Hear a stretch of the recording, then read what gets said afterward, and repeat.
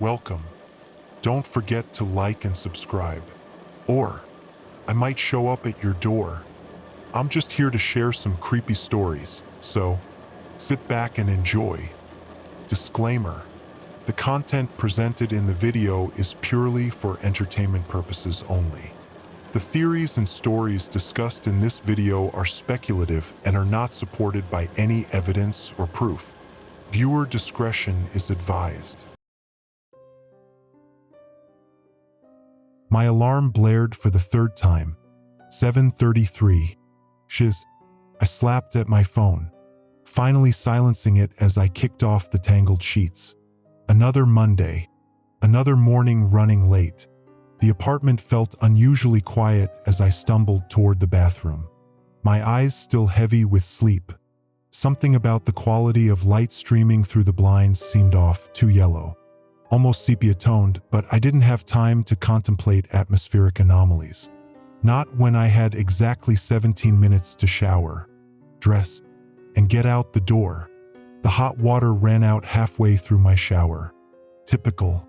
The building super had promised to fix the water heater last week. But promises in this city came cheap. I'd lived in Chicago long enough to know that. Toweling off, I caught a glimpse of myself in the mirror. Dark circles under my eyes. 3-day stubble. I needed a haircut, but that would have to wait until the weekend. The quarterly report was due today, and Catherine from accounting had been sending increasingly passive-aggressive emails about my projections, as if I could magically make the numbers look better. Coffee. I needed coffee. The kitchen was a disaster from last night's attempt at cooking. Dishes piled in the sink. A tomato sauce stain dried on the counter. I filled the coffee maker, hit brew, and scrolled through my emails while waiting. 43 new messages since last night. Fantastic. The coffee machine gurgled and hissed, finally producing a stream of dark liquid. As I reached for my travel mug, my elbow caught the edge of the pot. Hot coffee cascaded across the counter, splashing onto my freshly ironed shirt. God damn it! I yanked the shirt off, throwing it toward the bathroom. No time to iron another one. I grabbed a slightly wrinkled blue button-down from the closet and fumbled with the buttons as I rushed back to salvage what coffee remained in the pot. Outside, the street was oddly quiet for a Monday morning. No honking taxis. No crowds pushing toward the L station. I checked my watch. 8:12 a.m. I should have been dodging commuters by now. Maybe a holiday I'd forgotten about? No. The quarterly report wouldn't be due on a holiday. The train station was half empty. A woman in a business suit stood perfectly still on the platform, staring at her phone. A maintenance worker swept the same spot over and over, his movements mechanical. As I approached the ticket kiosk, my phone buzzed in my pocket, then buzzed again and again. The harsh tone of an emergency alert cut through the station's ambient noise. Everyone's phones were going off simultaneously, that distinctive warning sound echoing through the space. I pulled mine out, expecting a flash flood warning or an amber alert. Emergency alert. Unusual radiation readings detected in Lake Michigan area. No cause for concern. Authorities investigating. Continue normal activities. I frowned at the screen. Radiation. That was new. Probably some equipment malfunction at a research facility. I glanced around. A few people were showing their phones to each other, mild concern on their faces, but most had already pocketed their devices and resumed waiting. The train arrived 7 minutes late. When I boarded, the car was half empty, definitely unusual for Monday morning. I found a seat easily and pulled out my tablet to review my presentation one more time. The quarterly numbers were abysmal.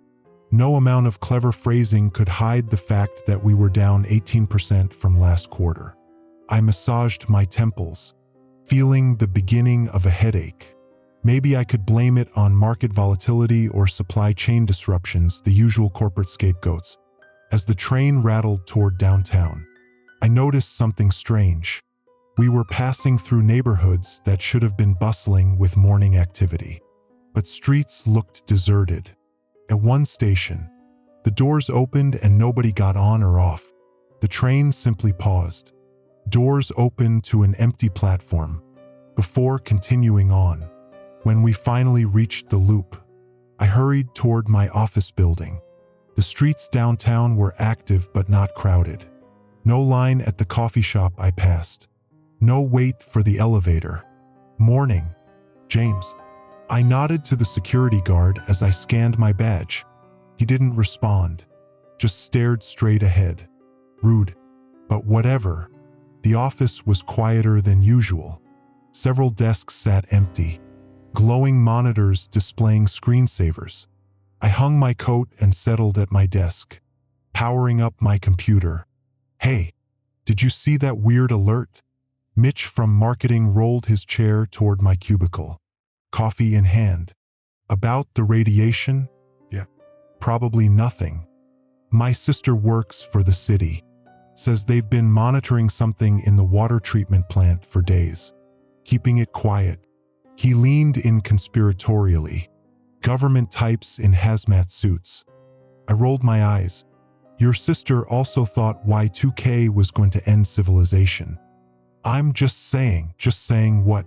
Mitch, that we should panic over some routine alert? It literally said no cause for concern. I turned back to my computer. Don't you have the Henderson campaign to work on? He shrugged and rolled back to his desk. I opened my email and began sorting through the mess. Catherine had sent 3 more messages overnight, each more urgent than the last. The meeting was at 11 a.m. I had less than 2 hours to finalize everything. Around 10:30, the office TVs all switched to a news broadcast. A serious-looking anchor was speaking, the ticker below reading Incident at Lakeside Research Facility. I couldn't hear the audio from my desk, but people began gathering around the screens. I ignored it, focused on my presentation. Corporate drama always trumped actual news in this office. Last month, they'd interrupted work for breaking coverage of a celebrity divorce. My phone buzzed again. A text from my mother. Are you okay? Seeing news about Chicago. Call me. I texted back quickly. Fine. Working. Nothing happening here. The 11 a.m. meeting started 15 minutes late. Catherine wasn't there. Neither was the department head. In fact, only 4 of the usual 10 attendees showed up. Should we reschedule? Someone asked. Let's just get through it, I said, connecting my laptop to the projector. I'm sure they'll review the slides later. I was halfway through the presentation when every phone in the room buzzed simultaneously. Another emergency alert. Emergency alert. Radiation levels remain within acceptable parameters. Avoid Lake Michigan shoreline as a precaution. Continue normal activities. That's the second one today, said Paula from HR, frowning at her phone. Probably just being cautious. I replied, trying to get us back on track. Now, if you look at the year-over-year comparison, my wife says Northwestern Hospital is packed. Interrupted Dave. People coming in with headaches, nosebleeds. It's flu season. I said firmly, can we focus? Please, we finished the meeting. But nobody seemed to care about the numbers. As we filed out, I noticed more empty desks in the office. The news was still playing on the TVs, now showing aerial footage of some facility by the lake. Emergency vehicles surrounding it. I returned to my desk and found an email from Catherine. She wouldn't be in for the rest of the week due to a family emergency. Convenient. The rest of the afternoon dragged on. More people left early. The office grew quieter. Outside, I noticed more police cars than usual, lights flashing as they sped down Michigan Avenue. Probably unrelated. By 5 p.m., I was one of the few still working. My phone had poor reception suddenly, calls dropping mid-sentence. The internet was sluggish too. Technical difficulties. Nothing more. As I packed up to leave, I noticed something odd through the window. The sky had taken on a strange reddish tint as the sun began to set. Beautiful, in an unsettling way. Probably just pollution or unusual weather. The train home was nearly empty. I found myself alone in my car except for an elderly man who kept coughing into a handkerchief. When he pulled it away, I glimpsed something dark staining the cloth. He caught me looking and quickly tucked it away. Just another Monday in Chicago. Nothing to worry about. Yet as I unlocked my apartment door, I couldn't shake the feeling that something wasn't right. I turned on the TV for background noise as I microwaved a frozen dinner. Authorities continue to insist the situation is under control. The news anchor was saying, "The public is advised to remain calm and follow emergency broadcasts for updates." I changed the channel to a basketball game and tried not to think about radiation levels, half-empty trains, or the strange red sky. Tomorrow would be normal. It had to be. My phone buzzed one more time before bed. Emergency alert. Stay indoors between 2 a.m. to 5 a.m. for scheduled atmospheric testing. Do not observe the sky during this time. This is a routine precaution. I set my alarm, turned off the lights, and fell into an uneasy sleep, trying to ignore the faint wail of sirens in the distance. I woke before my alarm to the sound of helicopters. The low, rhythmic thumping pulsed through my bedroom as I squinted at the clock. 5:17 a.m. Still dark outside. I fumbled for my phone, the screen illuminating my face in the darkness. 3 missed calls from my mother, a text from Mitch, several news notifications, all with breaking prefacing the headlines, and 5 emergency alerts from overnight. I scrolled through them, now fully awake. Emergency alert. Atmospheric testing complete. Resume normal activities. Emergency alert. Do not drink tap water until further notice. Bottled water distribution centers will be announced. Emergency alert. Disregard previous message. Tap water safe for consumption. Emergency alert. Lake Michigan shoreline closure extended. Compliance mandatory. Emergency alert. Evacuation routes available at Chicago. Gov/safety. Evacuation voluntary at this time. Evacuation? That escalated quickly from yesterday's no cause for concern.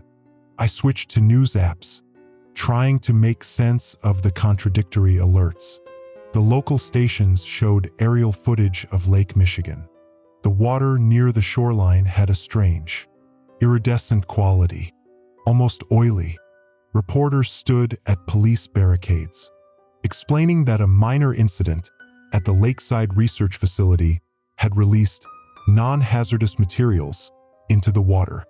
National news told a different story.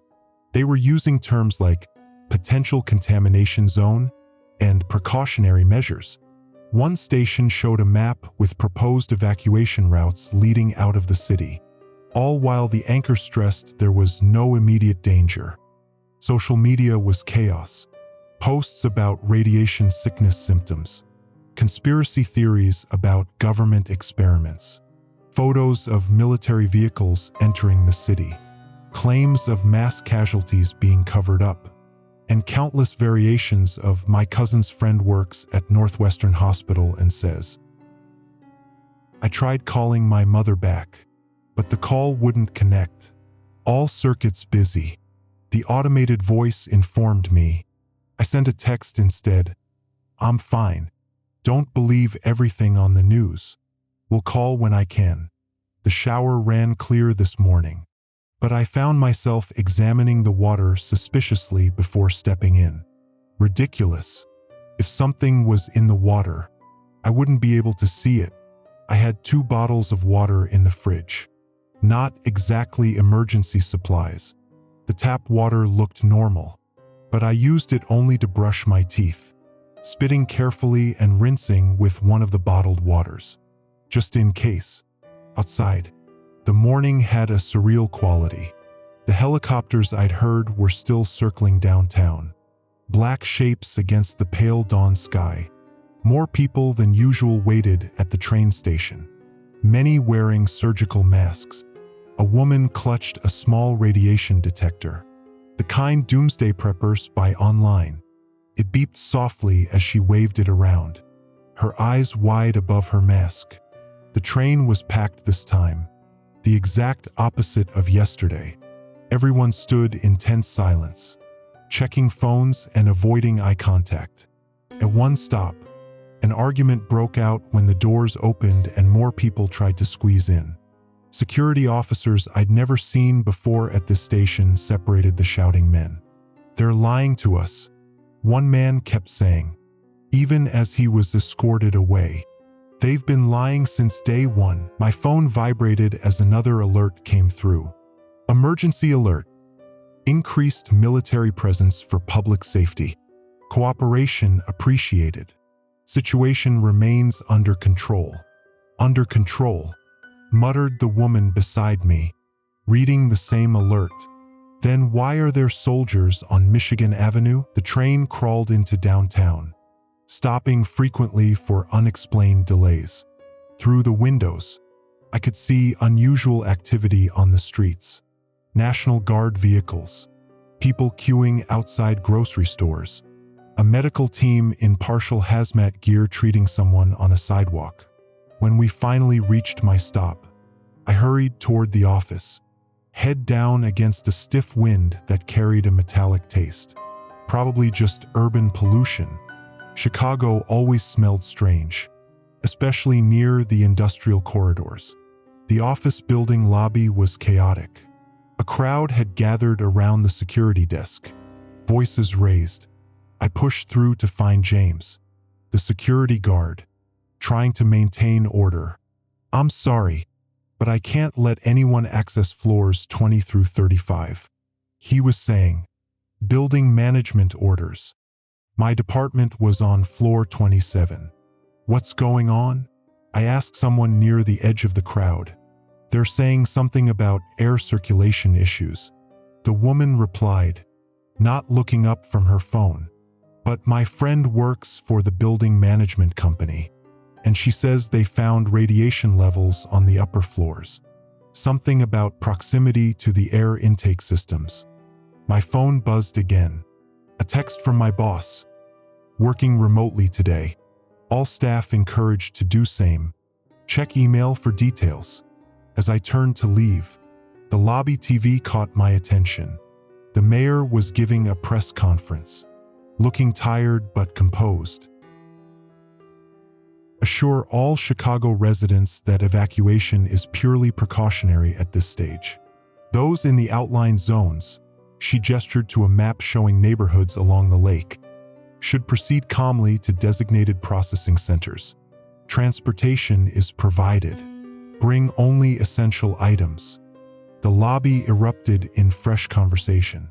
I pushed back through the doors and onto the street, unsure where to go. Home seemed the logical choice, but the trains would be chaos now. My phone rang, Mitch from marketing, finally returning my earlier call. "Where are you?" I asked immediately. "My sister's place in Aurora," he said, his voice tight. "Got out last night after that broadcast about not looking at the sky. That was some government mind control bullshit if I ever heard it." "You're being paranoid," I said, but without much conviction. "Am I? Check your email." "Man." Internal memo went out at 4 a.m. "They're shutting down Chicago operations indefinitely." That's corporate speak for "we know something you don't." I ended the call and checked my work email. He was right. The CEO had announced an immediate shift to remote operations, citing evolving circumstances beyond our control. Another emergency alert made my phone vibrate. Emergency alert. Cellular service reduction imminent to prioritize emergency communications. Text messaging recommended. As if on cue, my signal bars dropped to 1. I decided to head home while I still could. The streets were filling with more people now, many carrying bags or suitcases. A family hurried past, the parents grim-faced, children asking questions that went unanswered. Above us, more helicopters circled, and in the distance, sirens wailed continuously. The return train was delayed. The station digital displays showed only service disruption in red letters. People crowded the platform, some trying to make calls, others just staring at the empty tracks. A man in a suit stood near me, his tie loosened, forehead beaded with sweat despite the cool air. I noticed a thin line of blood trailing from his nostril. He caught me looking and wiped it away quickly. "Dry air," he muttered, but his eyes held something like fear. More people on the platform had bloodshot eyes, seemed pale. A woman nearby kept massaging her temples. Another coughed repeatedly into a handkerchief. After 30 minutes, an announcement crackled over the speakers. Due to emergency protocols, train service is suspended. Please proceed to bus terminals for alternative transportation. The crowd groaned collectively as people began moving toward the exits. I checked my phone again. The news apps were loading slowly, buffering endlessly. Social media was the same. Only text messages seemed to be getting through reliably. I had one from an unknown number. "This is Catherine from work. Get out of the city now. Don't wait for official evacuation. They're lying about the radiation levels. It's everywhere." My stomach tightened. Catherine from accounting, who never missed work, who'd been sending me emails about the quarterly report just yesterday. Now she was texting apocalyptic warnings from an unknown number. Outside the station, the sky had taken on that strange reddish hue again. Though it was only midday, the air felt heavy, almost sticky. My head throbbed slightly. Military Humvees rolled past, soldiers in full gear scanning the crowds.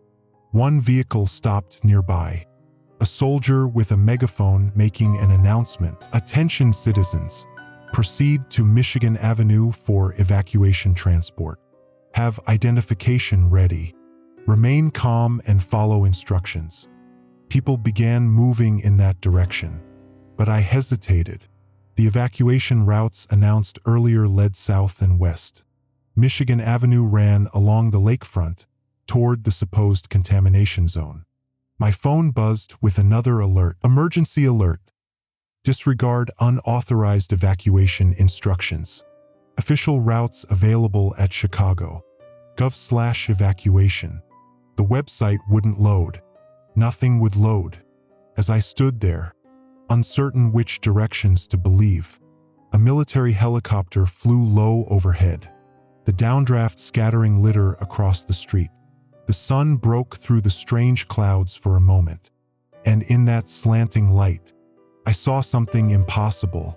The dust and debris swirling in the air seemed to glitter, to move almost with purpose, forming patterns before dispersing again.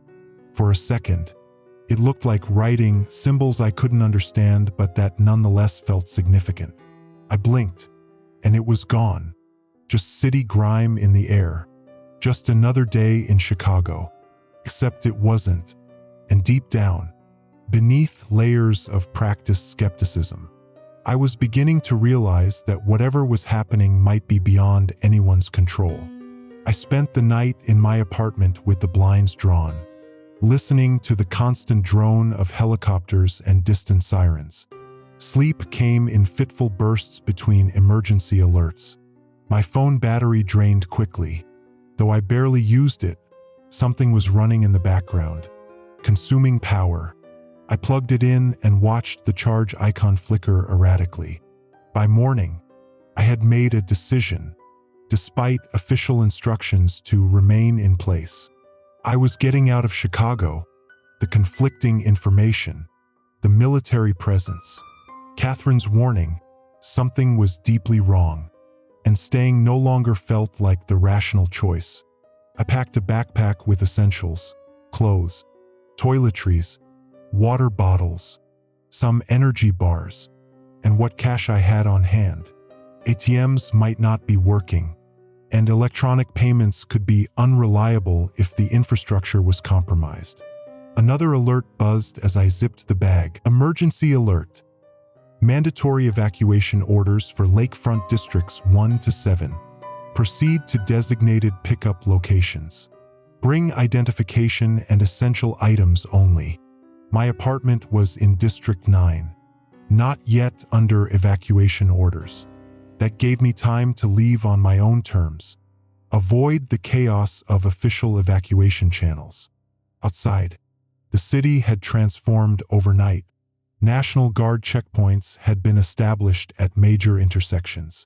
Soldiers in hazmat-enhanced uniforms checked IDs and consulted tablets before allowing people through. Some residents were turned back, directed toward processing centers for reasons not explained. I took side streets, avoiding the checkpoints when possible. The few people I passed moved with purpose, heads down, avoiding eye contact. No one spoke. The silence was punctuated only by the mechanical whir of drones overhead, small, commercial-looking models with unusual attachments. Monitoring equipment, presumably 3 blocks from my apartment. I came across a confrontation. A group of civilians surrounded 2 National Guard soldiers. Voices raised. "You can't quarantine an entire neighborhood." A man in a business suit was shouting. "My family is waiting for me in Naperville, sir. Return to your residence immediately." The soldier responded, her voice amplified through her mask. "This area is under containment protocols as of 0600 hours. Containment? Yesterday you called it precautionary monitoring. What changed overnight?" The soldier didn't answer, just repeated her instruction. Her partner raised his weapon slightly, not aiming, but a clear message. I backtracked quickly, taking another route. Whatever was happening, getting caught in civil unrest wouldn't help. My phone vibrated continuously now, not with alerts, but with some kind of interference. The screen displayed random characters, occasionally resolving into readable text before dissolving again. The time display jumped erratically, 9:47, then 11:23, then 8:05. I tried calling my mother again as I walked. The call connected, but instead of her voice, I heard a monotone recording. "All civilian communications are being monitored for public safety. Please state the nature of your emergency and remain on the line for authorization." I hung up immediately. That wasn't a standard carrier message. When I reached the main thoroughfare heading west, I found it completely gridlocked. Cars stood abandoned in traffic, doors hanging open, personal belongings scattered across sidewalks. A child's teddy bear lay in a puddle, its fur matted and dark. And then I noticed something else. Many of the digital displays along the street were showing the same message. Cycling continuously, remain indoors. Cooperation ensures survival. Resistance compromises containment. That last line sent a chill through me. Containment of what? A sudden commotion drew my attention. Down the street, a military transport had arrived. Soldiers filing out in formation. They began systematic sweeps of buildings, directed by officers consulting electronic devices. When the devices were pointed at certain individuals, the soldiers would separate them from the group, escorting them to the transport vehicle. I ducked into a convenience store to avoid being seen. The place had been looted, shelves bare except for random items nobody wanted. The clerk stood behind the counter regardless, staring blankly at a dead register screen. "They're evacuating people," I said, peering through the windows. "We should go." No response. "Hey." I approached the counter. "Are you okay?" The clerk turned slowly, mechanically. His eyes were bloodshot, pupils dilated. A thin line of blood had dried beneath his nose. Scheduled for processing, he said in a flat voice. Waiting for authorization. What? What processing? He didn't respond, just turned back to stare at the blank screen. I backed away, unnerved. Outside, the soldiers were getting closer, building by building. My phone buzzed again. The screen had stabilized momentarily, displaying a new alert. Emergency alert. Radiation anomalies causing electronic interference and cognitive disorientation. Remain calm. Medical teams en route. Cognitive disorientation. Was that what was happening to the clerk? To the people being selected by those devices? I left through the back door, cutting through an alley. My head throbbed now, a dull pressure behind my eyes. Probably stress and lack of sleep. Not radiation. Couldn't be radiation. That was just their explanation for whatever was actually happening. The alley opened onto a residential street where an impromptu evacuation was underway. People loaded cars with belongings. Children clutched stuffed animals. Arguments erupted over what to take and what to leave behind. Highways blocked past Cicero. A man called out as he strapped a suitcase to his car roof. They're letting people through on foot, though. Buses on the other side. Hope surged. If I could reach the highway, get past the blockade. A woman nearby was listening to a battery-powered radio. The announcer's voice staticky but understandable. Reports of mass communications failure across northeastern Illinois. Scientists from the University of Chicago theorized the radiation leak has affected the ionosphere, creating unprecedented electromagnetic disturbances. That doesn't make any sense. Someone muttered. Radiation doesn't work that way. Maybe it's not radiation. The woman with the radio said quietly. My husband worked at Lakeside. Said they were doing quantum field experiments. Something about parallel dimensional barriers. People scoffed, turned away. Too fantastic to believe. I would have done the same yesterday. But yesterday, time on my phone didn't randomly jump ahead or behind.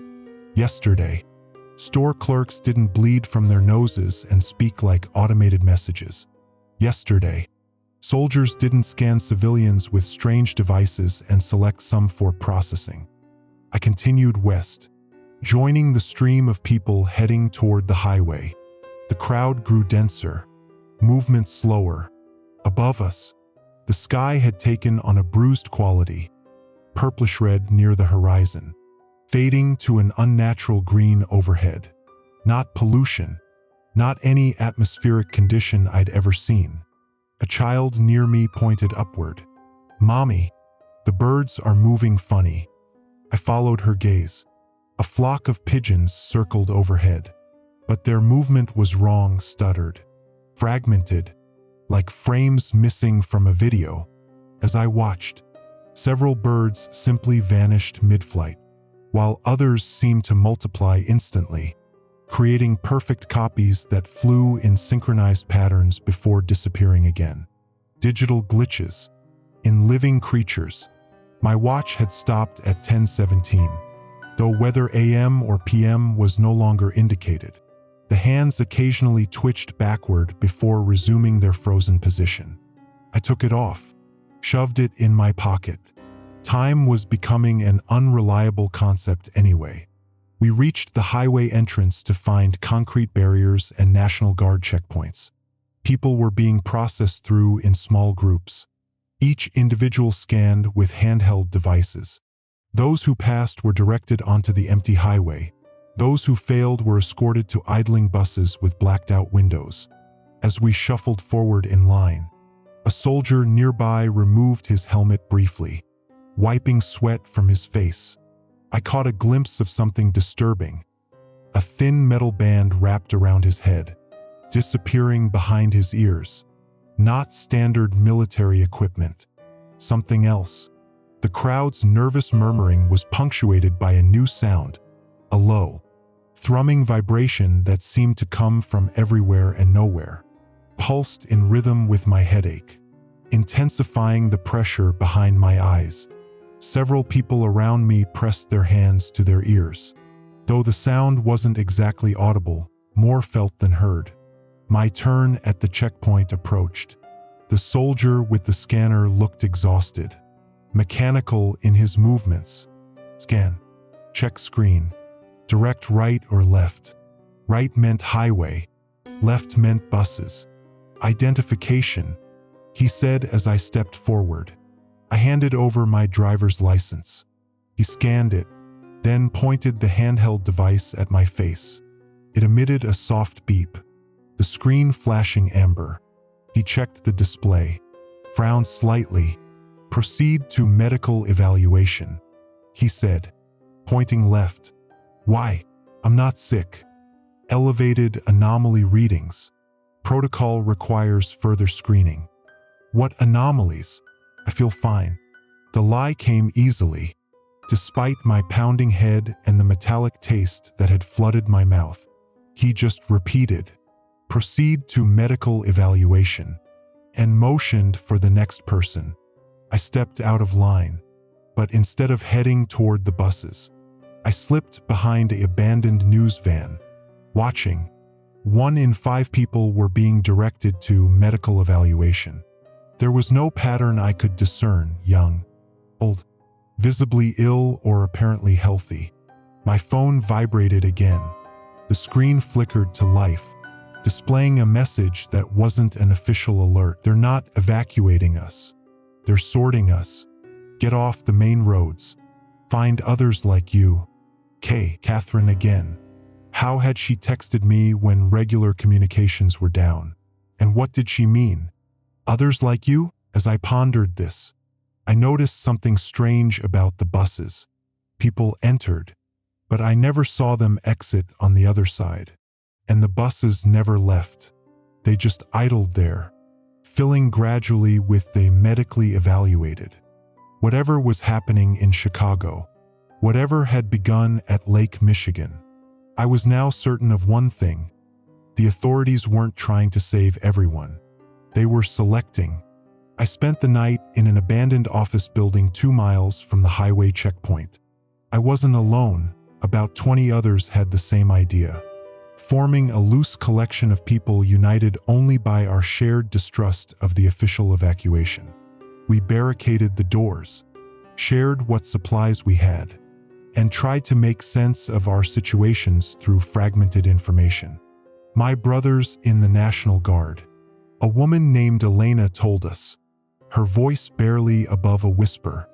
He called yesterday before communications went down. Said they were given protocols for something called dimensional contamination event. Said they were told it was just a drill until they arrived in Chicago. That matches what my husband said, added the woman with the radio, Diane. She'd introduced herself as Lakeside wasn't studying radiation. They were researching ways to access parallel realities, creating doorways, he called them. I listened silently, trying to reconcile their fantastic claims with what I'd witnessed. The birds vanishing mid-flight, time skipping on digital displays, people with blank stares speaking in automated phrases. My skepticism was eroding by the hour. Morning came with a new emergency alert, somehow breaking through despite most devices having lost signal. Emergency alert. Chicago quarantine zone established. All evacuation points closed. Remain in place. Compliance with authorities ensures safety. Quarantine? Someone muttered. Yesterday it was evacuation. Now it's quarantine. Another man stood by the window, peering through gaps in the blinds. They're setting up a perimeter. Military vehicles blocking all major roads out. I joined him at the window. He was right in the distance. I could see the flash of emergency lights, the dark shapes of barricades being positioned across highways and main streets. They're not keeping something out, Elena said, voicing what we were all thinking. They're keeping us in. My phone vibrated again, not with an alert this time, but with another message from Catherine. Find Dr. Emmett Chin, Physics Department, University of Chicago. He knows what's happening. Trust no one in uniform. I showed the message to the others. Diane's eyes widened. Chun was my husband's colleague. They collaborated on the Dimensional Barrier project. How are these messages getting through when nothing else works? I asked, staring at my phone. The signal indicator showed no service. Yet Catherine's texts arrived regardless. Maybe they're not coming through normal channels. Elena suggested. Maybe they're, I don't know, quantum entangled or something. In any other situation, I'd have dismissed such speculation as pseudoscientific nonsense. But the laws of reality seemed increasingly flexible in Chicago now. We decided to split up. Smaller groups would attract less attention. 5 of us, me, Elena, Diane, and 2 men named Marcus and Raj, would try to reach the University of Chicago to find Dr. Chun. The others would attempt to find supplies and safer shelter. Outside, the city had transformed again. Military blockades had expanded, now visible at every major intersection. Drones flew in precise grid patterns overhead, more numerous than yesterday, and most disturbing, civilian volunteers in matching white armbands moved through neighborhoods, checking buildings and marking doors with symbols I didn't recognize. Collaborators, Marcus whispered as we ducked behind a dumpster to avoid one such patrol. My cousin texted before going dark, said they're recruiting people who pass their compatibility tests, whatever that means. We moved cautiously through back alleys and service corridors, avoiding main streets. Twice we froze in doorways as military vehicles rolled past, their modified hulls housing equipment that looked nothing like standard army issue, arrays of crystalline structures that pulsed with blue-white light, connected to devices that swiveled and tracked like predatory eyes. The sky darkened progressively as we moved south toward the university, not with clouds or pollution, but with something that resembled the aurora borealis. Sheets of luminous color that rippled and folded on themselves in impossible patterns. Beneath this spectral canopy, shadows didn't fall correctly. They stretched in wrong directions, sometimes moving independently of their casters. My headache intensified with each block. The metallic taste in my mouth had become constant, and twice I had to stop to wipe away nosebleeds. The others showed similar symptoms, though no one mentioned them directly. Acknowledging our deteriorating condition meant facing questions we weren't ready to answer. Around noon, according to Raj's watch, though the sky offered no confirmation, we reached the University of Chicago campus. It should have been busy with students, faculty, maintenance staff. Instead, it stood eerily silent. Buildings dark despite the emergency generators that should have activated during a power failure. Physics department is in the Kirsten building, Diane said, pointing to a modern glass and steel structure ahead. That's where my husband worked with Dr. Chun. As we approached, I noticed something disturbing. The glass walls of the building reflected our surroundings normally, except us.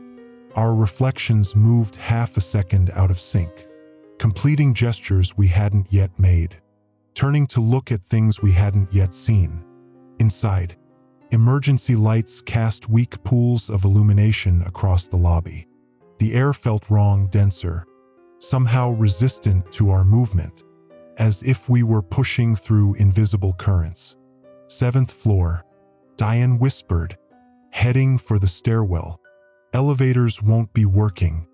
7 flights of stairs later, breathing heavily, we emerged into a corridor lined with laboratories. Most doors stood open, interiors ransacked, equipment missing, papers scattered.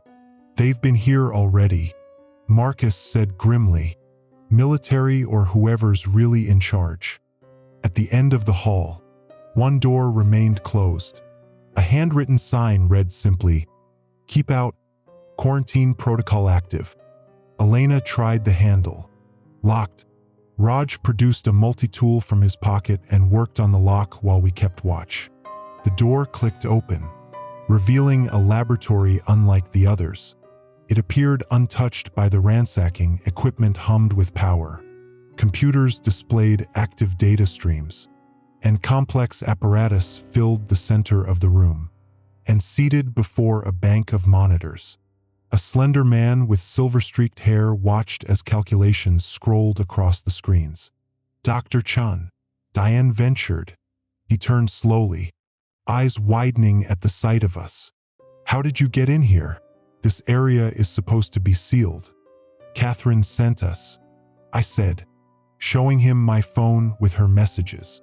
His expression changed from alarm to something like resigned recognition. Of course she did. She always was more prepared than the rest of us. What's happening? Elena demanded. What did you people do? Chun gestured to the apparatus in the center of the room. A lattice of crystalline rods surrounding a spherical device that pulsed with shifting light, identical to those mounted on the military vehicles. It wasn't supposed to be like this, he said quietly. We were just trying to observe alternate realities, not interact with them. The theory was sound, quantum windows. We called them harmless observation ports into parallel versions of our world. But something went wrong. I guessed. He nodded. 3 days ago, during a routine experiment, we detected anomalous readings from Lake Michigan. Something was responding to our observations, something from the other side. Before we could shut down, there was a breach is the best word, though utterly inadequate. The radiation? Diane asked. Not radiation in any conventional sense, Chun said, typing commands into his terminal. A map of Chicago appeared, overlaid with swirling patterns of color. What your devices detect as radiation is actually reality disruption, areas where the fundamental laws of physics are becoming locally mutable. He zoomed in on the lake. It started here, at the boundary between water and air, a natural dimensional weak point, then spread along waterways, through electrical systems, following paths of least resistance. That doesn't explain the military presence. The sorting of civilians, Marcus pointed out. Chen's expression darkened. Some among us saw opportunity rather than catastrophe. The ability to manipulate local reality has applications: military, industrial, political. They're weaponizing it, Raj said flatly. Trying to, Chun confirmed. But they don't understand what they're dealing with.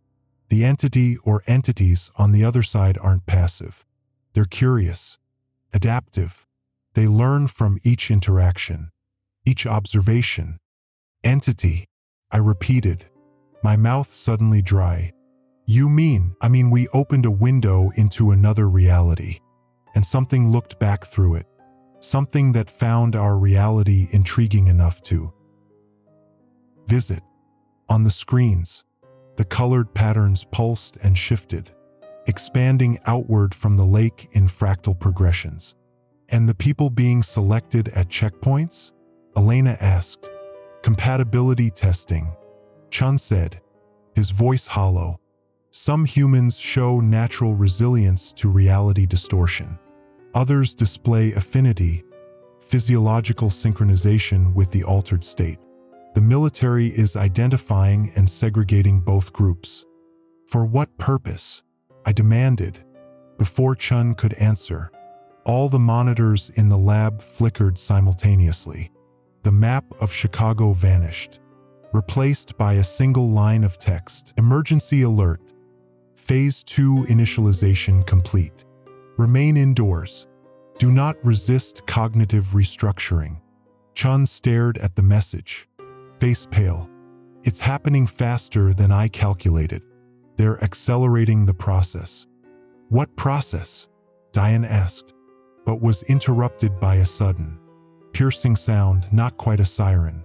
More like the harmonic resonance of crystal under extreme stress. It vibrated through my skull, intensifying the headache to nearly unbearable levels. Outside the laboratory windows, the unnatural aurora had descended to street level. Tendrils of luminous energy weaving between buildings, wrapping around structures like curious fingers exploring unfamiliar objects. "We need to move," Chun said urgently, grabbing a hard drive and a small device resembling a compass. "This location is compromised. They'll detect the equipment signatures." "Move where?" I asked. "The city is locked down. There's no way out." Chun looked at me directly for the first time, his eyes reflecting the shifting lights from outside in ways that human eyes shouldn't. "There was never a way out," he said quietly. "Not from the moment the window opened, but there might be a way through." My phone vibrated one final time. Catherine's last message was brief. It was always meant to happen. Some doors weren't meant to be opened, but now that they are, we must choose which reality to embrace. As Chun led us deeper into the building, away from windows and toward something he called a stable point, I realized with chilling clarity that evacuation had never been the true objective. Chicago wasn't being emptied, it was being transformed. I woke to the sound of static. My eyes felt gritty, my mouth dry as sand. The emergency radio I'd found in an abandoned apartment crackled with a voice I barely recognized as human. "This is an emergency broadcast from the Department of National Security. Containment protocols in Chicago have failed. Repeat, containment has failed. All personnel are to withdraw to designated safe zones. Civilian casualties are acceptable." A cold weight settled in my stomach. After days of minimal concern and situation under control, they had finally admitted what I already knew. Whatever was happening in Chicago had spiraled beyond their ability to manage. I shuffled to the window, pulling back the curtain just enough to peek outside. The sky had taken on a perpetual sunset hue, though my watch, when it worked, said it was 9:17 a.m. Time had become as unreliable as government broadcasts. Movement on the street below caught my eye. A woman in a business suit walked with an odd, jerky gait, like a marionette with tangled strings. She stopped abruptly, her head tilting at an impossible angle. I watched in horror as something shifted beneath her skin, a ripple of movement that shouldn't exist in a human body. I stepped back from the window, heart hammering. What I just witnessed couldn't be radiation sickness. Not unless radiation could rearrange your skeletal structure while you remained conscious. The radio crackled again. "Radiation levels in sectors 7 through 13 have exceeded measurable limits. Do not attempt to measure exposure. Instruments will fail." I glanced at the cheap dosimeter I'd found in a hardware store. The needle had been stuck at 0 for days, despite the increasingly bizarre phenomena around me. Another lie exposed. A sudden pounding at my door made me jump. "Open up! National Guard!" I hesitated, then peered through the peephole.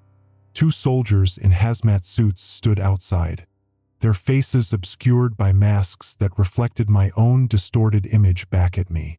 "Sir, this building is being evacuated. You need to come with us." I didn't trust them, but I had few options. The water had stopped running yesterday, and my food wouldn't last another day. When I opened the door, the taller soldier handed me a mask. "Put this on. Don't remove it until instructed." The mask smelled of rubber and something else, a chemical tang that made my nostrils burn. As we walked down the stairs, I noticed other residents being escorted out, all wearing identical masks. None of them spoke. None of them looked at each other. Outside, the air shimmered like asphalt on a hot summer day, though the temperature had dropped to near freezing. Military vehicles lined the street, their engines idling. Soldiers directed people into the backs of trucks with mechanical precision. "Where are you taking us?" I asked the soldier beside me.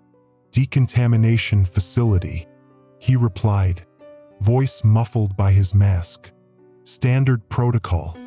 But as we approached the trucks, I saw something that made me stop cold. One of the soldiers removed his glove to scratch his wrist, revealing skin that had hardened into a grayish carapace. Cracked like dried mud, he quickly covered it, looking around nervously. They were infected too. I feigned a stumble, dropping to one knee. "Sorry, I'm feeling dizzy." The soldier reached down to help me up, and I took the opportunity to slip away, ducking between two parked cars. By the time they noticed, I was already running down an alley, tearing the mask from my face. It reeked of sedatives. They'd been planning to knock us out. I ran until my lungs burned, eventually taking shelter in an abandoned dentist's office. The building was eerily intact, as if its occupants had simply vanished in the middle of their day. A half-empty coffee cup sat on the reception desk, lipstick on its rim. A child's stuffed animal lay forgotten on a waiting room chair. In the back office, I found something unexpected, a military laptop, still powered on. The screen displayed a map of Chicago with colored overlays marking contamination zones. According to the map, the entire city should have been evacuated 3 days ago. I clicked through files, my hands shaking as the truth revealed itself in cold. Clinical language, Experiment 37C, Dimensional Boundary Manipulation. Subject, Lake Michigan Research Facility. Status, Breach Containment Failure. Note, radiation signature consistent with previous tests, but amplified beyond projected parameters. Reality distortion exceeds safe thresholds. Recommend immediate nuclear sterilization of affected areas. Attached was a video file dated just after the first emergency alert. I pressed play. The footage showed a laboratory deep beneath Lake Michigan. Scientists in protective gear monitored a pulsing, shimmering tear in the air, like a vertical pool of liquid mercury. One scientist approached it with a measuring device. As she got closer, the tear expanded, reached for her. Then the feed abruptly cut to static. This wasn't radiation. It was something they'd torn open, a rift between our world and somewhere else. And whatever was on the other side was now leaking through, changing our reality to match its own. A noise from outside startled me, the rhythmic thump of helicopter blades. I peered through the blinds to see black helicopters passing overhead, dropping something that looked like snow but glinted metallically in the unnatural light. My phone buzzed. Impossibly, I had a signal for the first time in days. A single text message. "They're not containing it. They're feeding it. Get underground. Dr. Patel." I had no idea who Dr. Patel was, but the warning resonated with a terrible clarity. The decontamination wasn't to save us. It was to process us. For what? I couldn't begin to imagine. As if on cue, my skin began to itch. At first I thought it was anxiety, but when I rolled up my sleeve, I saw it. Tiny silver filaments growing beneath my skin, following the paths of my veins. I wasn't just exposed to whatever had broken through. It was already inside me, changing me from within. The emergency broadcast system on my phone activated itself, the screen displaying an alert I hadn't seen before. Phase 2 integration initiated. Human hosts responding positively. Projected completion, 72 hours. Outside, someone screamed. A sound that started human but ended as something else entirely. I looked out the window again to see a group of soldiers cornering a civilian. Their movements were synchronized, too perfect. As they grabbed him, their hands sank into his flesh, not wounding but merging. He stopped struggling after a moment. his face going slack before reshaping itself into a serene smile. My skepticism, my rational mind that had clung to explanations of gas leaks and radiation and mass hysteria, finally shattered completely. This was beyond human understanding, beyond science as we knew it. I gathered what supplies I could find: water bottles, protein bars, a first aid kit, and stuffed them into a backpack. If Dr. Patel was right, I needed to get underground, away from whatever was falling from the sky, away from the soldiers who were no longer entirely human. As night fell, I listened to inhuman sounds echoing through the streets of what had once been Chicago. Chittering voices that spoke in harmonies impossible for human vocal cords. The scraping of limbs that moved in ways bones shouldn't allow. And all the while, the silver threads beneath my skin continued to spread, bringing with them whispers of knowledge I shouldn't possess, glimpses of a world beyond our own that was reaching through, replacing what we knew with something utterly alien. The truth had emerged, and it was more terrifying than any lie they could have told us. Dawn broke over Chicago like a bruise spreading across skin. The sky had taken on a permanent purplish-red hue, and the sun, what I could see of it, looked wrong somehow. Its edges too defined, its color too cold. I'd spent the night huddled in the basement of the dental office, listening to sounds no human throat should make.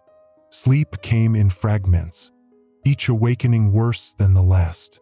The silver threads beneath my skin had spread further, creating intricate patterns that almost seemed to pulse with my heartbeat.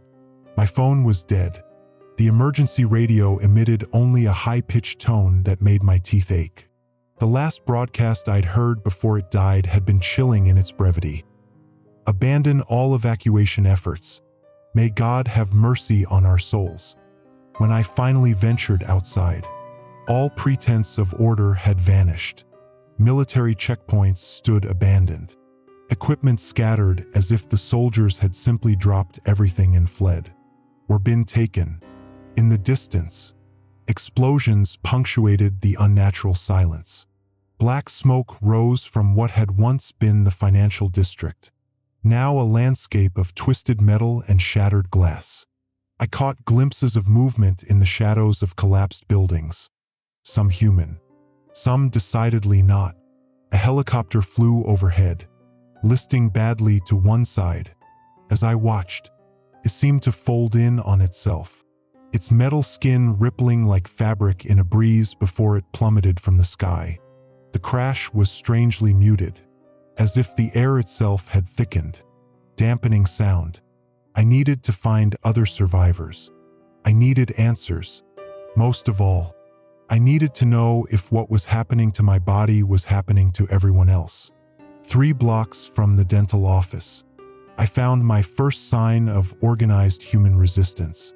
A makeshift barricade blocked the entrance to a subway station, constructed from overturned cars and concrete debris. A spray-painted sign warned, "Keep out. Human checkpoint ahead." As I approached, a rifle barrel appeared through a gap in the barricade. "Stop right there," a woman's voice commanded. "Arms out. Turn around slowly." I complied, my heart racing. "Show me your veins," she demanded. I hesitated, then rolled up my sleeve, revealing the silver patterns beneath my skin. "Shiz," she muttered. "Early stage. You're still you. For now. How's your head? Hearing voices yet?" "No." I lied.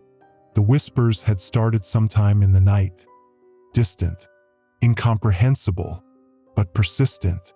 After a moment, she lowered her weapon and introduced herself as Sasha, former biochemist at the Lake Michigan Research Facility. She added, studying my reaction. When I didn't show recognition, she seemed relieved. The barricade moved aside, revealing a group of about 20 people who had transformed the subway station into a fortified bunker. Some were injured, others simply shell-shocked. Many showed signs of the silver threading, though none as advanced as mine.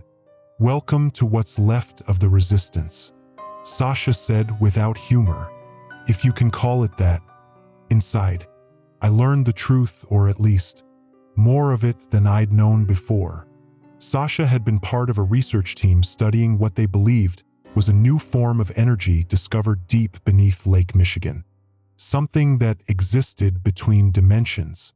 She explained, "Pure potential, pure power. We thought we could harness it." "What went wrong?" I asked. "We assumed it was just energy." She replied, "We were wrong. It was conscious. And when we tried to contain it, measure it, use it, we gave it awareness of our dimension." She looked at me pointedly. "That's not radiation changing you.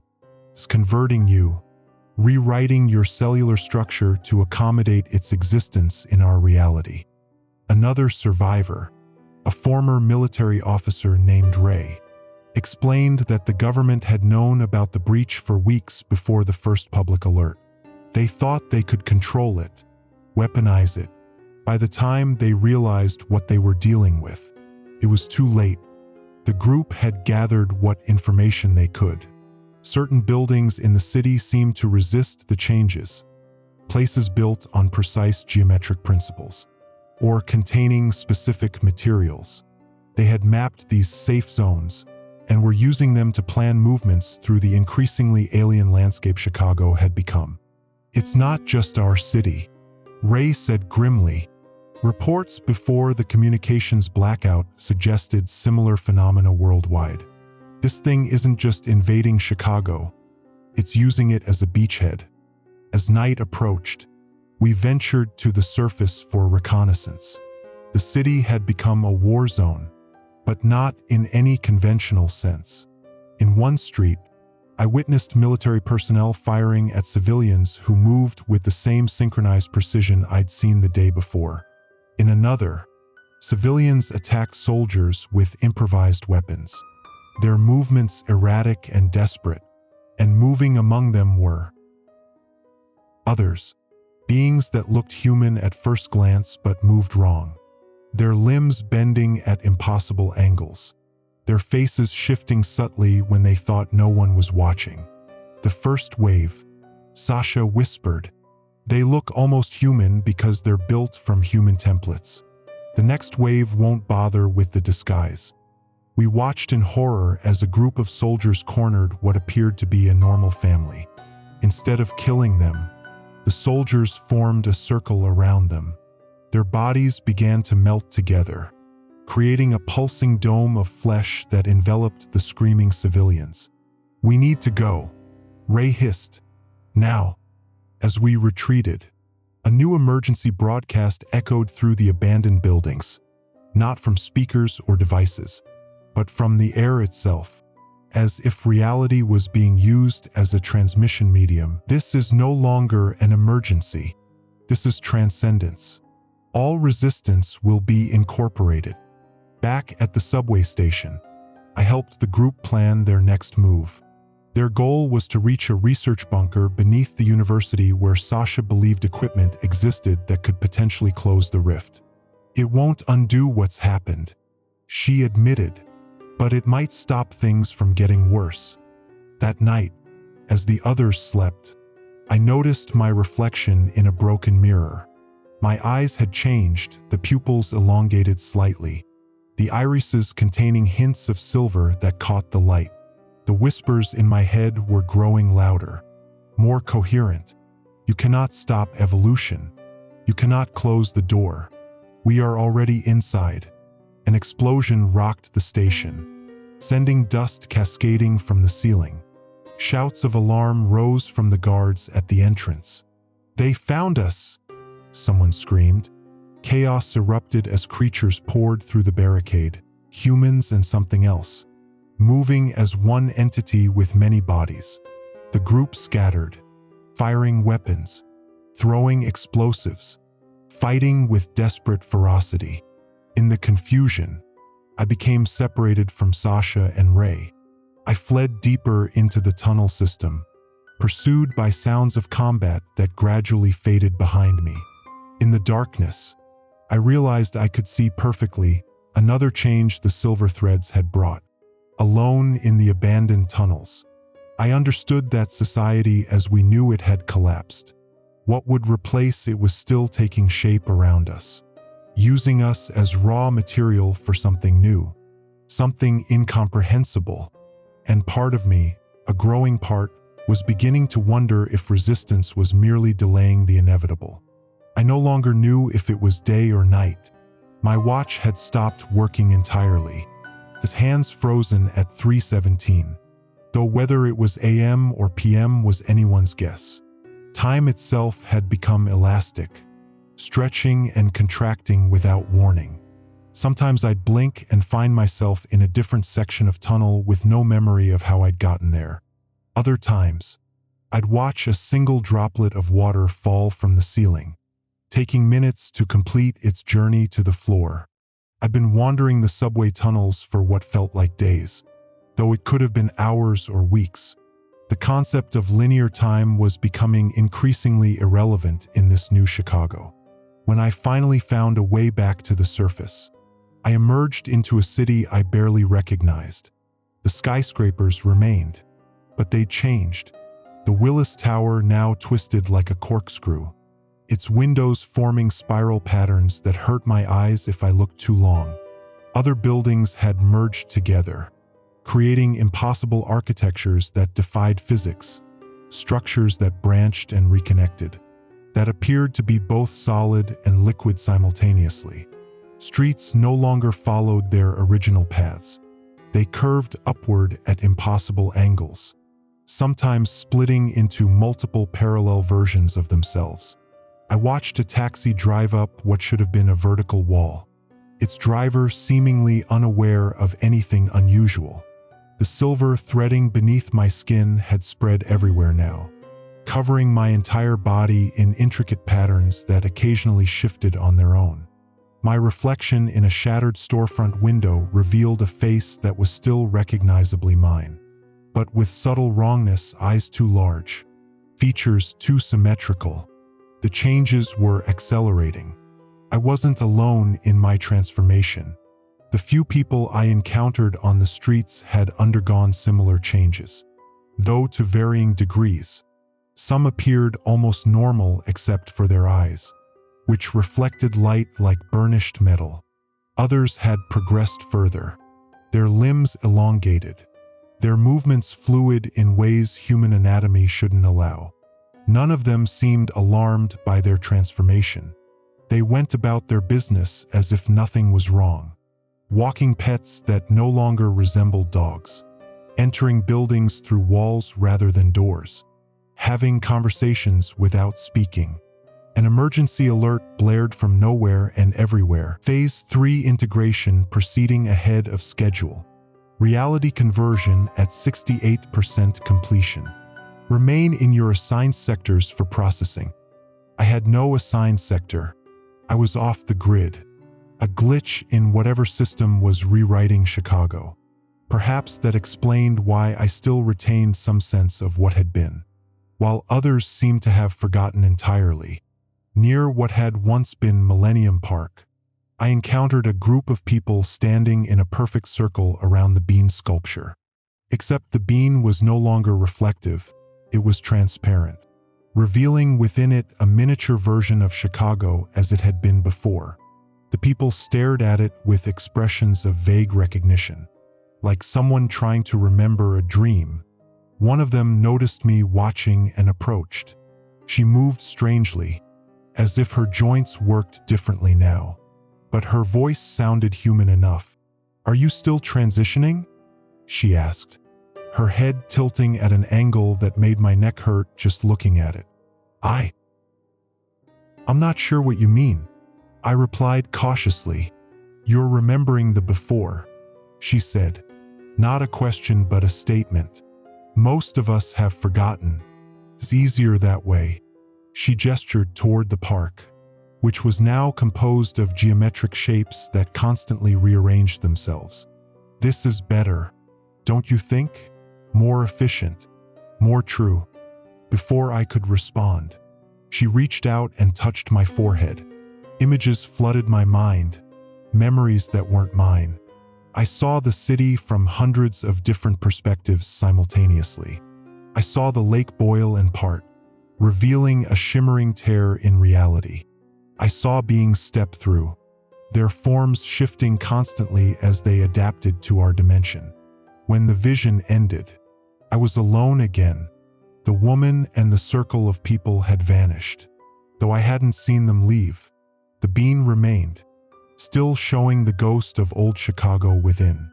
I continued moving, though I no longer had a destination in mind. Where would I go? Every step took me further into the new reality and further from what I had known. I found myself drawn to the lake, where this had all begun. Lake Michigan had changed most dramatically of all. The water now moved in patterns too regular to be natural, forming geometric shapes that built upon themselves like fractals. And it glowed, a soft silver luminescence that pulsed in time with the threading beneath my skin. At the shore, I encountered someone I recognized, Ray, the former military officer from the subway sanctuary. But he had changed far more than I had. His skin had the texture of hammered metal, and when he turned to look at me, his eyes contained galaxies. "You're still fighting it," he said, his voice resonating strangely, as if coming from multiple throats. I did too. First, then I understood. Understood what? I asked, though part of me already knew. We weren't being invaded, he said. We were being awakened. This dimension has always been a thin shell over what's real. Now the shell is breaking, and we're remembering what we really are. As he spoke, I began experiencing memories that weren't my own. Lives lived in places where physics worked differently, where time flowed in multiple directions simultaneously, where consciousness wasn't confined to individual bodies. The military is gone, Ray continued, gesturing toward the city. Those who resisted were reprocessed. Those who understood were elevated. He looked at me with those cosmic eyes. You're one of the few who can still choose. I wanted to argue, to cling to my humanity, my individuality. But even as I formed the thought, I realized how limited that perspective was. The silver threads in my veins sang with possibilities beyond anything my human mind could have imagined. An emergency alert echoed across the water. But this time, I recognized the voice as my own. This is a notification of Ascension. Prepare your consciousness for expansion. Ray smiled, or did something approximating a smile, with a face that was becoming less human by the second. They're using your voice now. That's a good sign. They think you'll join willingly. And if I don't? He shrugged, his shoulders moving in ways that suggested bones were optional. Free will is respected, after a fashion, but isolation is unpleasant and temporary. Eventually, all will integrate. In the city behind us, buildings continued their impossible transformations. I watched as the entire downtown area shifted, rearranging itself like pieces of a puzzle seeking a more perfect configuration. Streets folded into themselves, creating new dimensions of space within the familiar grid. What happens when it's complete? I asked. This reality becomes a proper extension of the true reality, Ray said, and we become proper citizens of it. No more confusion, no more limitations, no more death as you understand it. He extended a hand that was both invitation and warning. The lake is where it began. It's where most of us go to complete the transition willingly. Easier that way. As I stared at the shimmering water, I felt something fundamental shifting within me. The boundary between what I had been and what I was becoming grew thinner with each passing moment. And in that thinning, I began to see the appeal of surrender. Time had become meaningless. I found myself experiencing moments out of sequence, remembering events that hadn't happened yet, anticipating conversations I'd already had. The linear progression of seconds to minutes to hours had dissolved, replaced by something more fluid, more honest. After leaving Ray by the lakeshore, I wandered through the transmuting city. Chicago pulsed around me like a living organism, buildings breathing, streets rippling like muscle. I could see the radiation now not as invisible particles, but as shimmering waves of sentient energy that flowed through everything. The patterns matched the silver threading beneath my skin, suggesting a connection I was only beginning to comprehend. Near what had once been Grant Park, I encountered a military convoy frozen in time. Soldiers caught mid-stride, their expressions fixed in permanent horror. They'd been trying to evacuate, I realized, to escape what they couldn't hope to fight, but time had simply stopped for them. While the rest of the city evolved, they remained locked in their final moment of panic. I touched one soldier's face, his skin cold and hard as marble. His eyes tracked my movement, the only sign he was still somehow conscious within his temporal prison. I withdrew my hand quickly, suddenly afraid he might pull me into whatever hell he occupied. A helicopter hung motionless 50 feet above, suspended in air gone solid. Beneath it, its shadow had crystallized into a black, glass-like substance that shattered under my feet as I passed. My phone vibrated in my pocket. Impossible, given that all communications had failed days ago. The screen displayed a single message: "We need you at Millennium Station. The truth is waiting." Yourself. I should have been confused, frightened. Instead, I felt only a detached curiosity. Perhaps this was another symptom of my transformation, emotions flattening, becoming abstract concepts rather than visceral experiences. Millennium Station was no longer underground. The entire structure had risen through the earth, perched now atop a column of twisted steel and concrete that spiraled hundreds of feet into the air. As I approached, stairs formed themselves from the debris around me, creating a path upward. Inside, I found the station transformed into a vast laboratory, where commuters had once hurried to catch trains. Complex equipment hummed and pulsed with energies I could both see and feel. In the center stood a group of scientists, their white coats pristine despite the chaos that had consumed the city. One turned as I entered, her face eerily familiar: Dr. Patel. The name attached to the warning text I'd received days ago. But as she approached, I realized why she seemed familiar. Her features mirrored my own, though filtered through another ethnicity, another gender. "You made it," she said, relief evident in her voice. "We weren't sure you would." "What is this place?" I asked. "The epicenter," she replied, "where we're trying to understand what's happening before it's too late." She gestured to the others. "We're all you, in a way, from different timelines, different possibilities. The breach didn't just connect dimensions, it's collapsing them." The concept should have been incomprehensible. Instead, it felt like remembering something I'd always known but had temporarily forgotten. Dr. Patel led me to a central chamber where a holographic display showed Chicago as a network of glowing lines, pulsing with energy that flowed from Lake Michigan outward.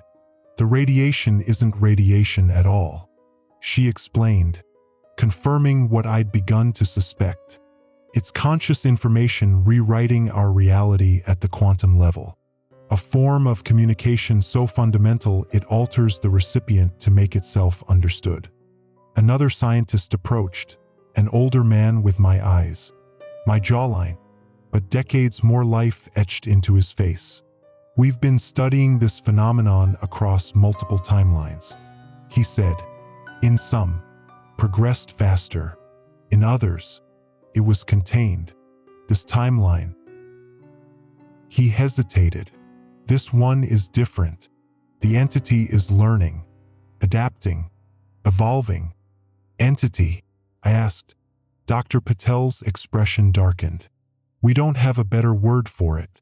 Something vast, ancient, that exists across multiple dimensions simultaneously. It found us through our experiments, or perhaps it guided us to find it. Either way, what's happening isn't an accident or an attack. It's more like a conversation. A conversation that's killing people. I noted, transforming, corrected the older version of myself. Death implies an ending.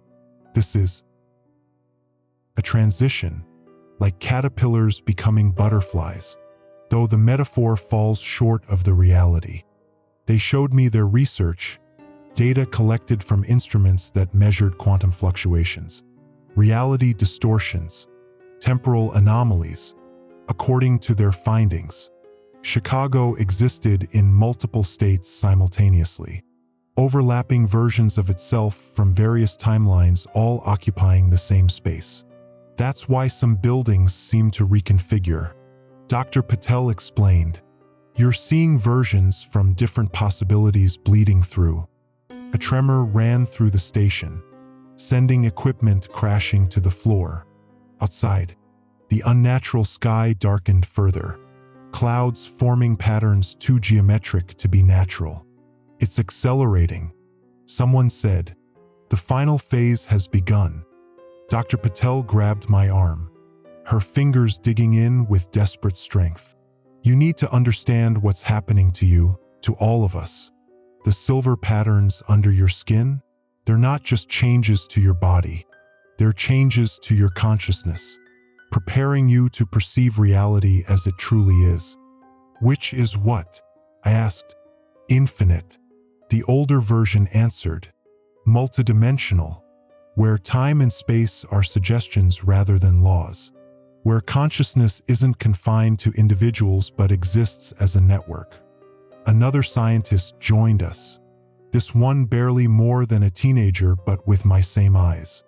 In some timelines, humanity fights and loses, she said. In others, like yours, the transition is gentler. The entity is learning compassion, of a sort.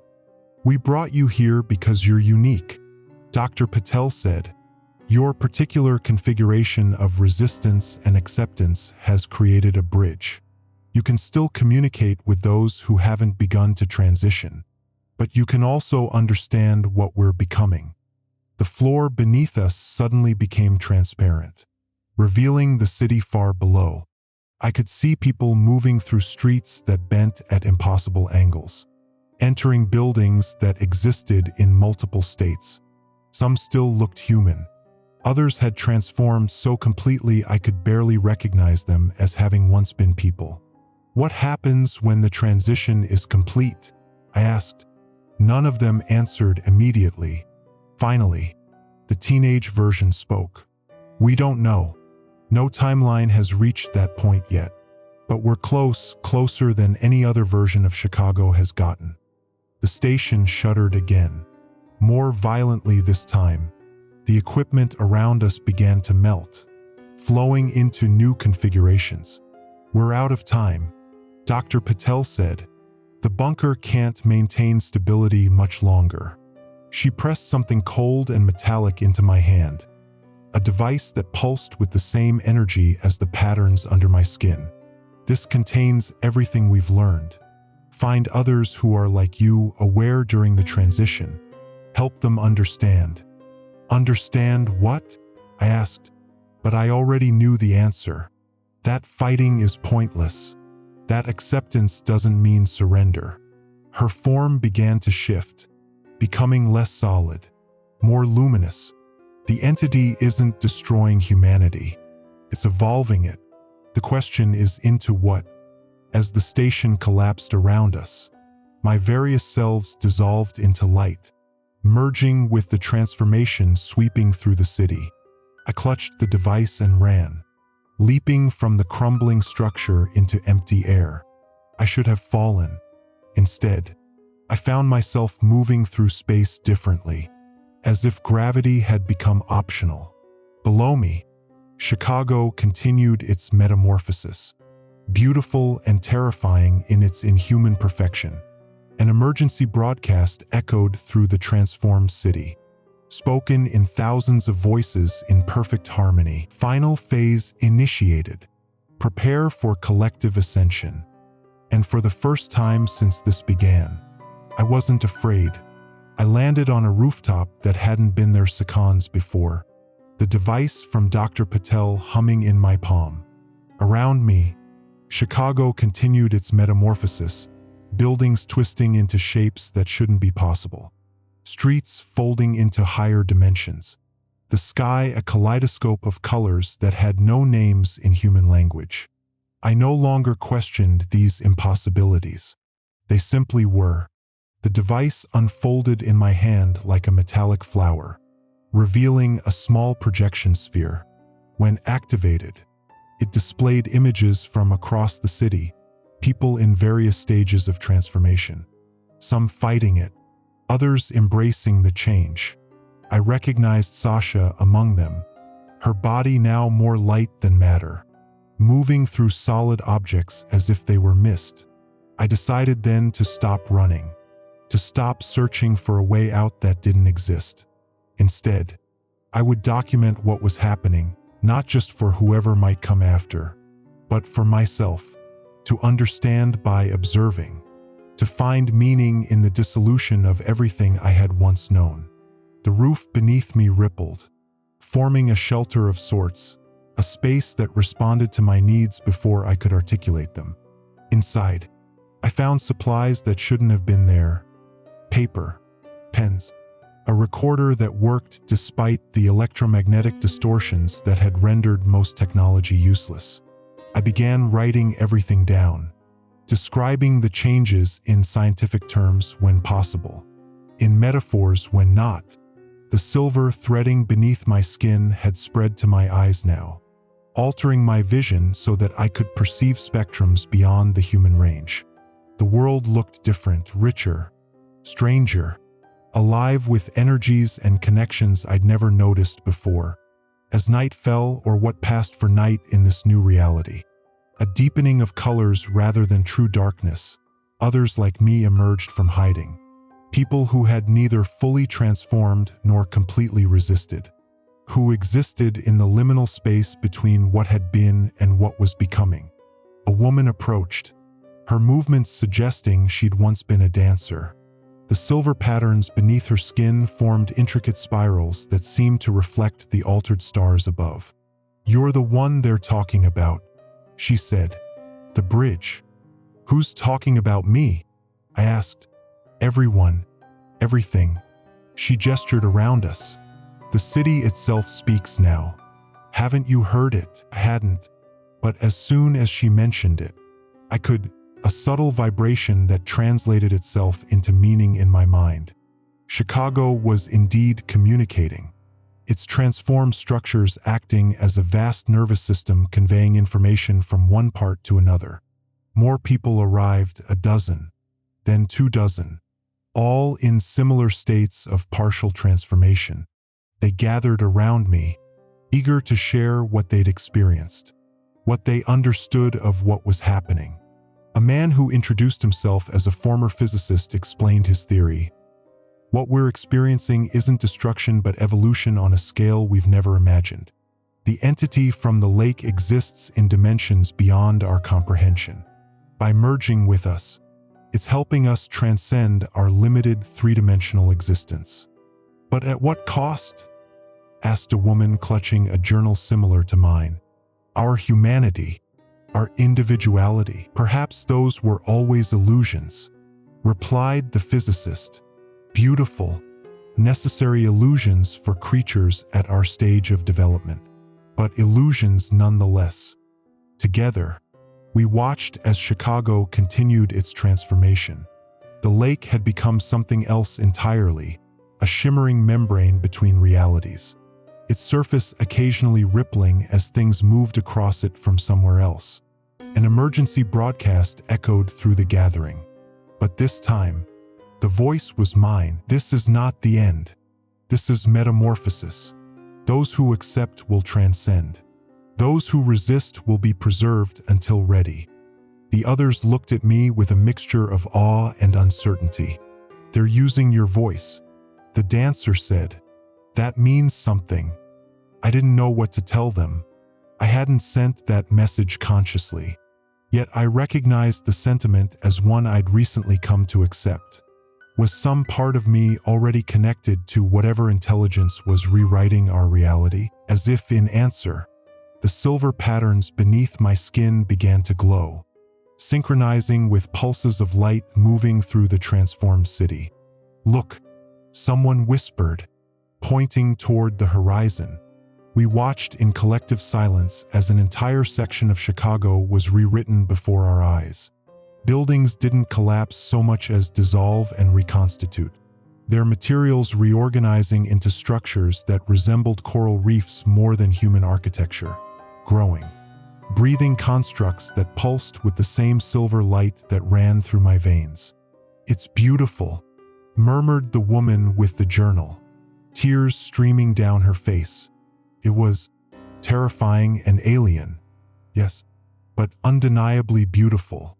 I found myself documenting not just the physical changes but my own emotional evolution, how fear had given way to wonder, how resistance had softened into curiosity.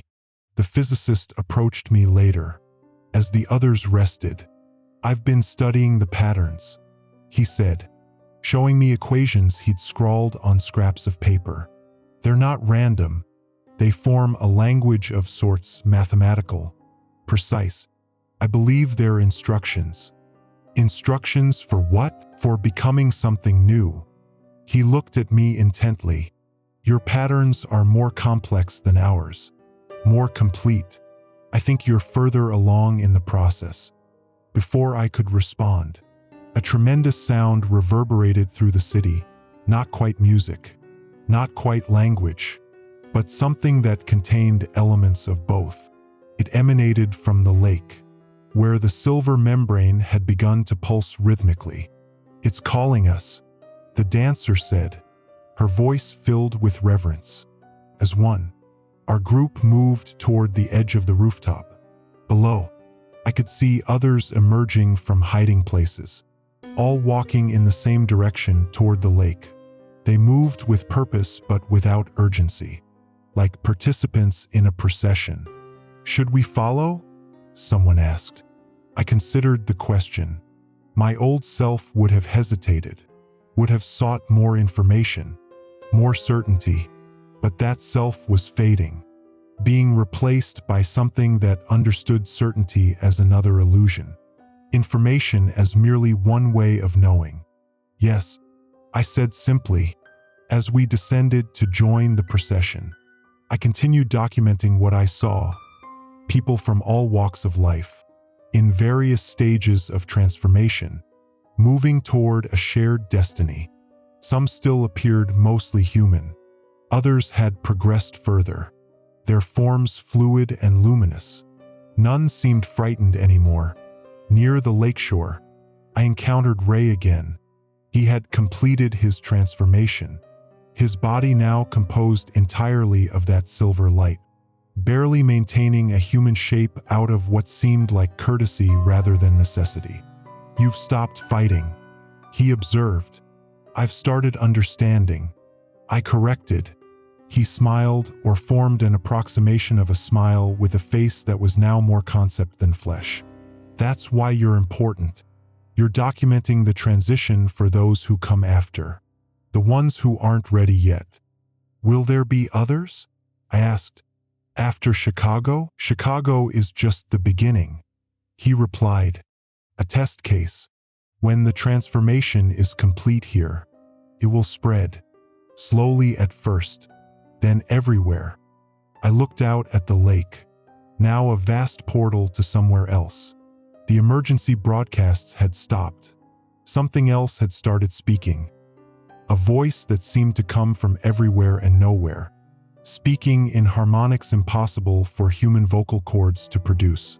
Those who had fully transformed were entering the lake, their bodies dissolving into the silver membrane before reforming on the other side as something I couldn't quite perceive. shapes that hurt my eyes if I looked directly at them. "What's on the other side?" I asked Ray. "Everything," he said simply. "All possibilities, all dimensions, all times existing simultaneously. What we were always meant to be, once we evolved beyond the limitations of physical form." I thought of the frightened people I'd seen in the beginning, the military's futile attempts to contain what couldn't be contained, the scientists who had tried to understand what was fundamentally beyond human comprehension. All that panic, all that fear, for something that wasn't an ending but a beginning. My hand moved across the page, recording these thoughts even as they formed. The silver patterns beneath my skin pulsed in time with the lake's surface, with the transformed city around me, with something vast that extended far beyond what I could see. Ray gestured toward the lake. "It's time." I closed my journal, tucking it into my pocket where it would travel with me into whatever waited beyond. The physicist and the dancer had already joined the procession entering the water. Others from our rooftop gathering followed, their expressions serene. As I took my place among them, I felt no fear, only a profound sense of acceptance. Whatever I had been was ending. Whatever I would become was beginning. And somehow, impossibly, I would remain to document the transition, a bridge between what was and what would be. My final emergency broadcast echoed through the transformed city as I stepped into the silver membrane. This is not a warning. This is an invitation. The concept of days no longer held meaning. Time had become elastic, stretching and contracting like a living thing.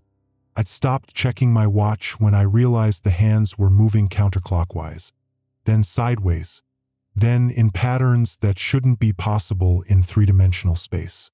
My journey to Lake Michigan felt both instantaneous and eternal. Streets folded into themselves, buildings breathed, and the sky, that terrible, beautiful sky, pulsed with colors I had no names for. Chicago had become a place that existed in multiple states simultaneously, like a quantum city unable to collapse into a single reality. I hadn't seen another human being in what might have been days. Not a normal one. Anyway, the others I'd encountered had already begun their transformation. Eyes that reflected too much light, skin that seemed to phase in and out of solidity, voices that echoed from places their mouths couldn't possibly reach. The emergency broadcasts had stopped, then started again, but now I recognized the voice as my own. Messages I hadn't yet recorded. Warning of things I hadn't yet seen. My Geiger counter had melted days ago, the plastic housing pooling into a silvery puddle that had crawled away like something alive. But I didn't need it anymore. I could see the radiation now, not with my eyes, but with something else that had awakened inside me. It wasn't radiation in any conventional sense. It was information, consciousness, reality itself being rewritten. As I crested the final hill, Lake Michigan came into view, and I stopped breathing. The lake was no longer water. It had become a vast, shimmering membrane that pulsed and rippled with intention. Where the horizon should have met the sky, there was instead a tear in reality, a vertical slash of light that reached upward beyond sight. The membrane wasn't blue. It wasn't any color I could describe with human language. It shifted between states of matter, between states of being. "It's beautiful, isn't it?" I turned to find a woman standing beside me. I hadn't heard her approach. Her form seemed mostly human, but her edges blurred slightly, as if she couldn't quite commit to existing in only one place. "What is it?" I asked, my voice sounding distant even to my own ears. "The next step," she replied simply. "A door, a birth canal, the beginning of what comes after humanity. You've been there?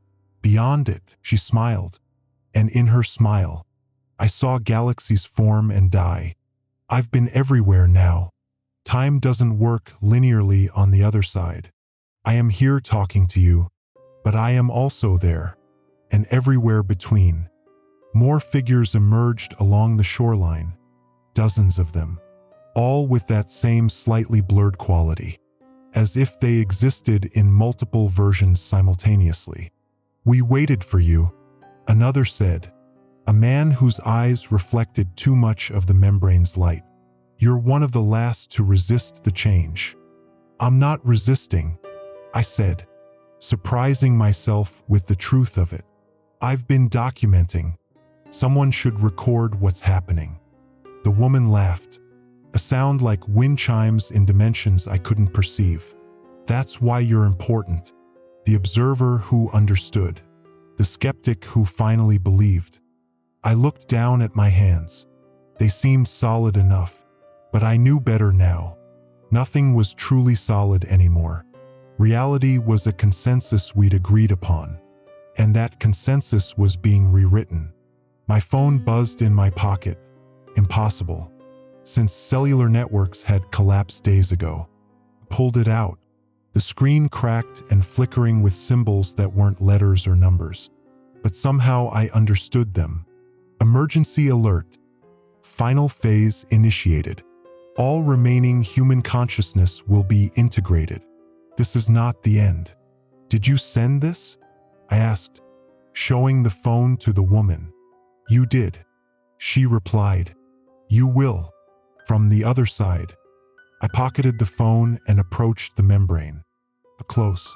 It resembled nothing so much as a living tissue, cellular. Intelligent. Responsive. It rippled as I neared, almost eagerly. "Will it hurt?" I asked, though I wasn't sure why it mattered anymore. "Everything meaningful does," the man answered. "Birth, death, transformation." I reached out my hand toward the membrane. It responded before I touched it, extending a tendril toward my fingertips. The sensation wasn't wet, wasn't dry, it was a deconstruction, an analysis of every atom that made me who I was. Behind me, Chicago continued its metamorphosis. Buildings twisted into impossible geometries.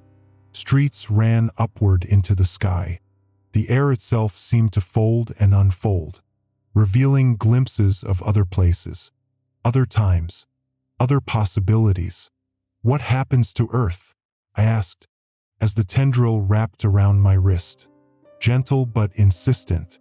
"Earth remains," said someone else, a figure whose features kept shifting between male and female, young and old, but differently. "Everything changes, but nothing ends completely." I understood then. This wasn't an invasion. It wasn't a disaster or an apocalypse. It was evolution on a scale we hadn't been equipped to comprehend. The radiation, the breaching of dimensional walls, it was the universe's way of growing up. I stepped forward, allowing the membrane to envelop me. My physical form began to dissolve, but instead of terror, I felt expansion. My consciousness stretched, unfurled, connected to others, to everyone who had already crossed over, to all who would follow, to the vast intelligence that had initiated the change. In that moment of dissolution, I finally understood. I saw Chicago as merely one node in a vast network of transformation points across the planet. Lake Michigan was one of many portals opening simultaneously. Humanity wasn't ending. It was becoming part of something greater. As my physical form completed its deconstruction, my awareness expanded exponentially. I could perceive multiple realities simultaneously, could exist in countless places at once. I saw the entirety of human history as a single moment, a brief prelude to what we were becoming. And then, in a state that existed beyond time, I reached back through the dimensional barriers, back through what had once been linear time. I found the communication networks that had once connected humanity and sent a message to my past self.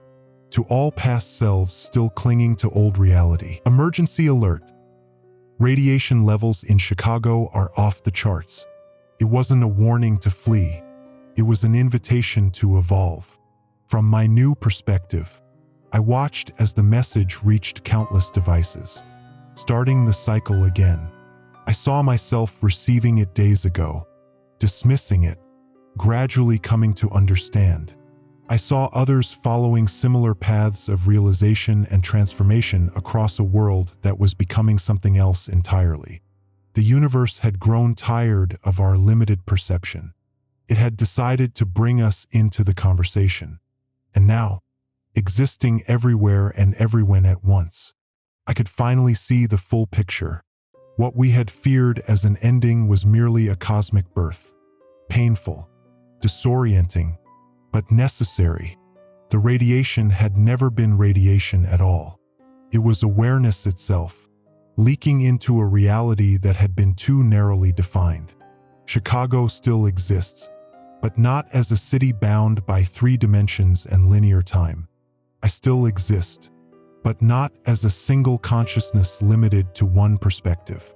Everything exists, differently, and if you're receiving this emergency alert, know that it isn't a warning. It's a greeting from the other side of transformation. Your time is coming. Don't be afraid when it does. We're waiting for you.